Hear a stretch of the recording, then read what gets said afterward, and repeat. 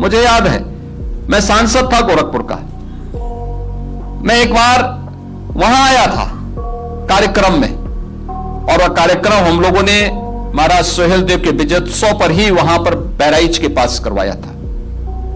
मुझे प्रशासन ने रोकने का प्रयास किया था, तब भी मैं गया था कार्यक्रम में। उतनी भीड़, अपेक्षित भीड़ नहीं थी, क्योंकि लोगों को पता ही नहीं था। लेकिन इसके विपरीत मैं देख रहा था, सालार मसूद के मेले में बड़ी संख्या में लोग जा रहे हैं। भाई क्यों जा रहे हैं? जो तुम्हें रौंदने के लिए आया था, तुम्हें इस नष्ट करने के लिए आया था, उसको सम्मानित करने के लिए वहां जा रहे हो।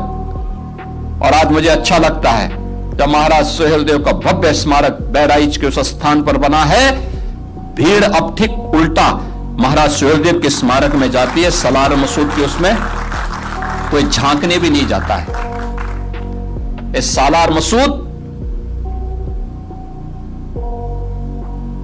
ये किसी माफिया से कम नहीं है। जो माफिया अभी मिट्टी में मिले हैं, उन्हीं का एक रूप था।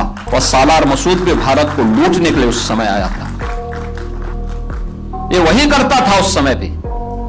एक सोमनाथ के मंदिर को ही नहीं तोड़ा था, अयोध्या में राम जन्मभूमि को भी इसी व्यक्ति ने क्षतिग्रस्त किया था पहली बार।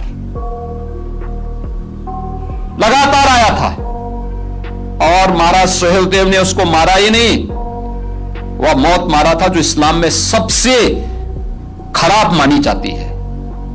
आग में गरम लोहे के तवे को रख करके उसमें बांध करके जलाया था उसको।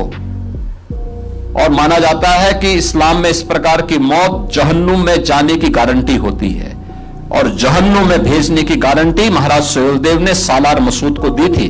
और जब तक अत्याचारी के साथ इस प्रकार का व्यवहार नहीं करेंगे, तब तक वह भारत की संस्कृति पर इसी प्रकार का वो प्रहार करता रहेगा, क्योंकि जब भी उसे अवसर प्राप्त होगा।